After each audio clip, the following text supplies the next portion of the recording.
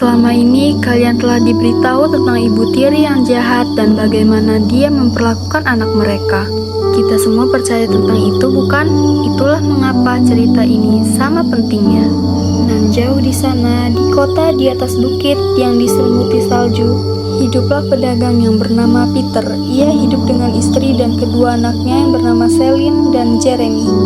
Hingga suatu hari, istri Peter sakit dan sayangnya tidak terselamatkan. Peter sekarang hanya tinggal dengan kedua anaknya. Beberapa tahun berlalu, akhirnya Peter membawa Ibu Tiri untuk kedua anaknya, Samantha. Celine, yang sebaiknya kau rapikan kamarmu, tidak baik kamar berantakan seperti ini. Aku tahu itu, kau adalah Ibu Tiri yang jahat. Semenjak kamu memasuki rumah kami, kamu menyuruh semua orang. Aku tidak akan ada di bawah kekuasaan siapapun. Bagus, kamu di sini. Bolehkah aku meminta tolong untuk membuka wadah itu? Tidak mau. Kamu memperlakukan kami dengan buruk. Di sini rumah kami. Kamu orang asing di sini, bukan kami. Jeremy dan Celine tidak pernah mau mendengarkan Samantha. Kau enggak, masa gue disuruh bersihin salju? Males banget, enggak mau. Lalu apa yang dilakukan padamu? Apakah dia memberikan makan basi untuk kau makan? Karena kau tidak memakinya, sebab tadi malam kau tidak makan. Ya, enggak sih. Tapi enggak mau lah. Nanti baju gue basah. Dengarkan ya, kemarin dia membuat kue agar dia bisa menyuruhku mencuci piring dan membersihkan dapur. Dia menyuruh mencuci piring. Lalu kau disuruh apa? Mengepel rumah. Tidak. Sebenarnya dia tidak memintaku untuk melakukan apapun. Tapi jika dia melakukan, bagaimana? Keesokan harinya setelah Samantha pulang dari pasar, ia melihat rumah berantakan.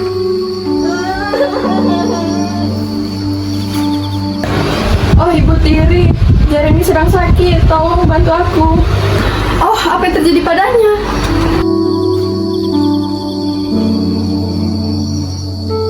Dia memiliki kondisi yang hanya bisa disembuhkan oleh strawberry. Hah, mana ada kondisi seperti itu? Lagi pula ini kan bukan musim yang tepat untuk pembuahan strawberry. Kau pikir kami berbohong? Bagaimanapun juga kau adalah ibu tiri kami. Andai saja ayah ada di sini, tapi dia sudah pergi selama 3 hari. Bukan begitu berbicara pada ibu. Baiklah, aku akan pergi ke pasar sekarang untuk mencari strawberry. Kau tidak akan menemukannya di pasar. Ini hanya ada di perbukitan kereta. Perbukitan kereta kan jauh sekali. Ya, syukurlah kamu setuju, Ibu Tiri. Sebelum kau pergi, bisakah kau membersihkan rumah? Karena kau meninggalkan rumah tidak hanya sebentar. Tentu sayang. Meskipun baru saja pulang dari pasar dan melakukan perjalanan yang melelahkan, Samantha tetap saja membersihkan rumah. Butuh 1 hari baginya untuk mencapai perbukitan, dan 1 hari untuk melewati salju. Samantha mengemas roti untuk dia makan dan selimut untuk menghangatkannya. Dia memberitahu Celine untuk merawat saudaranya dengan baik, tanpa menyadari nasibnya sendiri yang dibuat oleh anak tirinya. Samantha melewati salju tebal selama berjam-jam, dan saat dia mulai lelah, Sakitku basah. Sepertinya aku harus mengganti dengan selimut. dan saat dia membuka tasnya, dia menemukan bahwa selimutnya sudah robek dan rotinya sudah berjamur. Ia tahu bahwa ini adalah kelakuan dari kedua anak tirinya. Bermil-mil jaraknya dari rumah ke bukit kereta. Tidak ada satupun pengungsian di sini. Bagaimana aku akan pulang ke rumah demi anak-anakku? Mendengar suara wanita sedang menangis, ketiga kurcaci dari bukit ajaib itu berniat untuk menghampiri Samantha. Dia menangis. Menangis membuatku sangat lugu. Dan biar saya tanggung dulu. Siapa kalian? Cah, ini Sili dari Utami. Kami bertiga dari perbukitan ajaib. Hahaha. Apa? Maaf, aku memecahkan ketegangan. Sebenarnya ini bukan bukit ajaib. Kami bertiga adalah kurcaci. Apakah Anda mau ikut untuk minum air panas? Samantha pun menerima tawaran dari ketiga kurcaci itu untuk menghangatkan diri sementara di rumah mereka.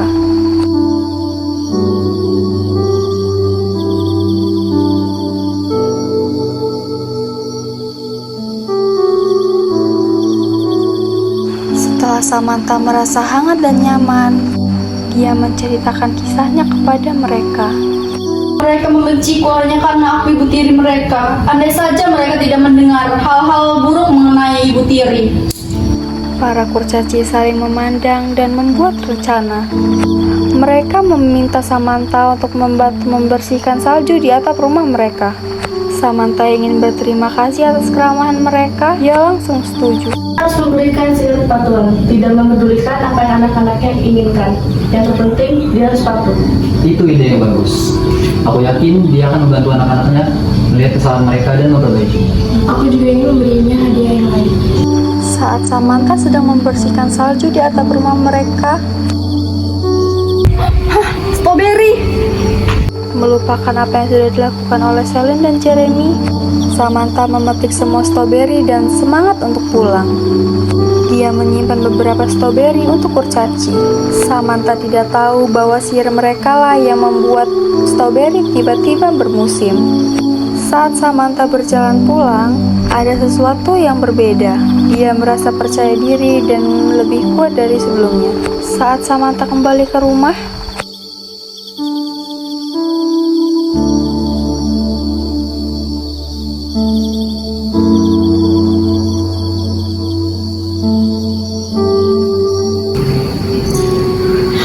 Kau, ibu tiri?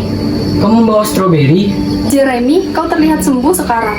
Apakah kau sembuh dengan sendirinya? Bukankah kau tidak memerlukan strawberry ini sekarang?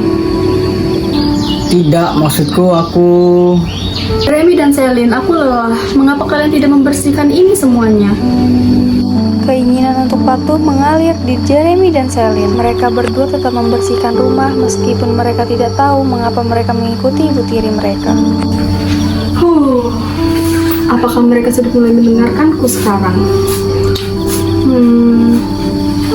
Baiklah. Oke, sekarang stop. Coba kalian mulai bernyanyi.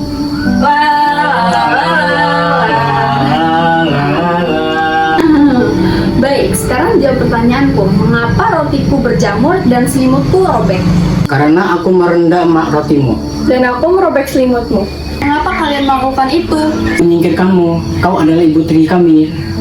Dan ibu tiri tidak menyukai anak tiri mereka.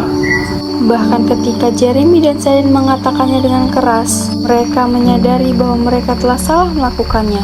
Ibu mereka bisa saja terluka karena tindakan mereka. Jangan mudah mempercayai sesuatu. Kamu mempercayai sesuatu, itu akan mempengaruhi dirimu dan orang lain. Sebaiknya jika kalian merasa salah, akuilah kesalahan itu dan jangan mengulanginya. Anak-anak memahami kesalahan mereka dan memeluk ibu mereka dengan sepenuh hati. Samantha menyadari bahwa para kurcaci sudah membantunya dengan sedikit sihir.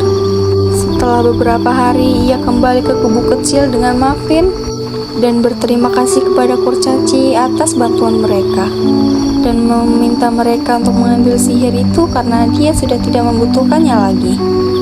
Jeremy dan Celine mendengarkan ibu mereka bukan karena tersihir, tapi karena rasa hormat dan cinta. Sebuah keluarga telah bersatu kembali. Jeremy dan Celine pun telah mempelajari pelajaran yang penting. Jangan percaya begitu saja dengan yang kau dengar.